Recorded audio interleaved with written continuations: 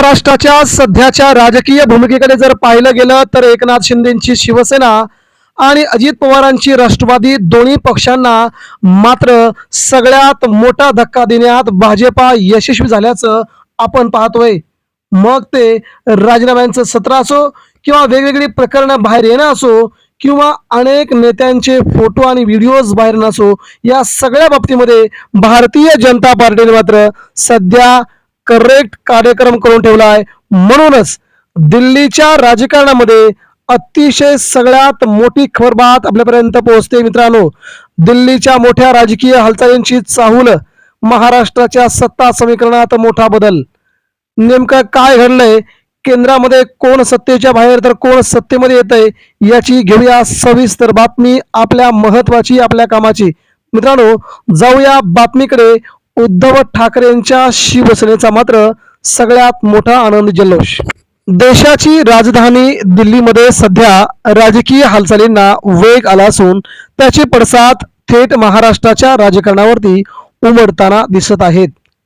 एकनाथ शिंदे यांनी मध्यंतरी केलेला दिल्लीचा दौरा, त्यापासूनच महाराष्ट्रातील वेगवेगळी प्रकरणं बाहेर पडायला सुरुवात झाली.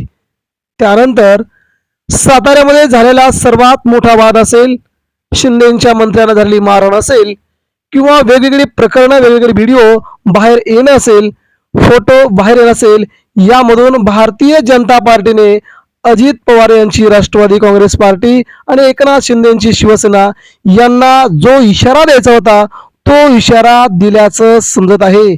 सूत्रांच्या माहितीनुसार एकनाथ शिंदे आणि अजित पवार यांच्या गटांना केंद्रातील सत्तेतून बाजूला करण्याच्या हालचाली सुरू असल्याची चर्चा रंगली आहे. दुसरीकडे उद्धव ठाकरे यांना भाजपकडून अप्रत्यक्ष पाठबळ मिळण्याचे संकेत मिळत आहेत. मुंबईसह महाराष्ट्रामध्ये देवेंद्र फडणवीस यांनी उद्धव ठाकरे, आदित्य ठाकरे यांची मंत्रालयामध्ये आणि विधान भवनामध्ये घेतलेली गुप्तगुप्त बैठक असेल, त्या बैठकीमध्ये झालेली चर्चा असेल किंवा विधान भवनामध्ये देवेंद्र फडणवीस यांनी उद्धव ठाकरे यांच्याविषयी काढलेले गौरवोद्गार असतील किंवा शिवसेना ही शिवसेना प्रमुख बाळासाहेब ठाकरे यांची आहे, तशाच प्रकारे उद्धव ठाकरे देखील महाराष्ट्रात शिवसेनेचं काम करतायत असा अप्रत्यक्ष शिंदेंना दिलेला इशारा असेल. या सगळ्या गोष्टीवरून महाराष्ट्रामध्ये नेमकं काय घडलंय याचा आपण पुढच्या 2 मिनिटांमध्ये आढावा घेऊया. राज्यामध्ये सध्या चालू असलेल्या घडामोडींमुळे महाराष्ट्राच्या राजकारणात मोठा भूकंप होण्याची शक्यता वर्तवली जात आहे. दिल्लीतील बैठका आणि गुप्त चर्चा, गेल्या काही दिवसात मुंबईसह दिल्लीमध्ये अनेक महत्वाच्या बैठका होत आहेत. भाजपचे वरिष्ठ नेते आणि केंद्रीय नेतृत्व यांच्या सलग चर्चा सुरू असल्याचं सांगितलं जात आहे. उद्धव ठाकरे यांच्या शिवसेनेला केंद्रात मिळाला भाजपचा सॉफ्ट कॉर्नर आणि एकनाथ शिंदेच्या शिवसेनेच्या विरोधात भाजपची वाढती कडाडून भूमिका, या बैठकीमध्ये महाराष्ट्रातील सध्याच्या सत्ता समीकरणावरती सखोल चर्चा झाल्याची माहिती समोर येत आहे. राजकीय वर्तुळामध्ये अशी चर्चा आहे की आता सध्या केंद्र सरकारला सध्या स्थिरता आणि स्पष्ट बहुमत असलेली आघाडी हवी आहे. त्यामुळे राज्यातील काही सहयोगी पक्षांबाबत पुनर्विचार केला जात आहे का, असा प्रश्न सर्वसामान्यांच्या मनामध्ये गेल्या कित्येक दिवसांपासून होता आणि अगदी तशाच प्रकारचं राजकारण महाराष्ट्रात घडते. ते कसं? एकनाथ शिंदेच्या गटावरती प्रत्यक्ष नाराजी आहे. एकनाथ शिंदे यांच्या नेतृत्वाखाली गटाने 2022 साली खूप मोठा राजकीय भूकंप करून उलथापालथ घडवून आणली, परंतु मात्र सध्या स्थितीमध्ये त्यांच्या कामकाजावरती आणि काही निर्णयांवरती केंद्रातील नेतृत्व नाराज असल्याची चर्चा आहे. राज्यातील प्रशासनातील अडचणी, काही धोरणात्मक निर्णयाविरोधात मतभेद, स्थानिक पातळीवरील वाढलेला प्रचंड मोठा असंतोष, भाजपने गेल्या 15 दिवसामध्ये एकनाथ शिंदेच्या शिवसेनेला महाराष्ट्रातल्या 12 ते 15 जिल्हा परिषदा यातून बाजूला सारले, त्यांना डावलले. महानगरपालिकातून भाजपने शिंदेंना बाजूला सारले. या कारणामुळे शिंदे गटावरती दबाव वाढत असल्याचं बोललं जात आहे.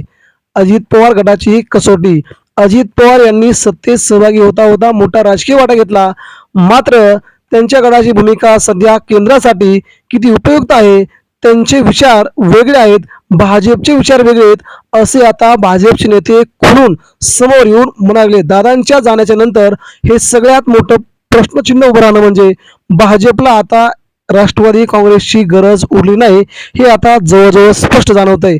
दुसरीकडे अजित पवार यांच्या रुपाली चाकणकर यांचा राजीनामा झाला. त्यानंतर आता मंत्री नरहरी झिरवाळ हे देखील राजीनाम्याच्या देण्याच्या तयारीत आहेत. असे बडे बडे नेते वेगवेगळ्या कृत्यामध्ये अडकल्यामुळे आता भारतीय जनता पार्टीचं वरिष्ठ नेतृत्व दादांच्या राष्ट्रवादीवरती प्रचंड नाराज असल्याची महत्वाची अपडेट आपल्यापर्यंत पोहोचते. अजित पवार गटाची जनाधाराची चाचणी आगामी निवडणुकांमध्ये कामगिरी पक्षातील कंत्र बदलेत या बाबींचा आढावा घेतला जात आहे. त्यामुळे आता नेमकं यांना बाजूला कसं करायचं हा मोठा प्रश्न विचारला जातोय. दरम्यान उद्धव ठाकरे यांना संधी मिळू शकते. उद्धव ठाकरे यांच्यासाठी ही परिस्थिती मोठी संधी ठरू शकते. भाजपकडून त्यांना अप्रत्यक्ष पाठिंबा मिळण्याची शक्यता वर्तवली जाते. ठाकरे गटाची सहानुभूती वाढली आहे. कार्यकर्त्यांमध्ये पुन्हा उभारी घेण्यासाठी उद्धव ठाकरे लवकरच संपूर्ण महाराष्ट्राचा दौरा करतायत. भाजपच्या मनात चाललेल्या भूमिका आणि उद्धव ठाकरेंच्या मनातील भूमिका सगळ्या भूमिका सेम टू सेम असल्याकारणाने आगामी काळामध्ये उद्धव ठाकरे कधीही भाजपच्या जवळ जाऊ शकतात असा अंदाज व्यक्त केला जातोय.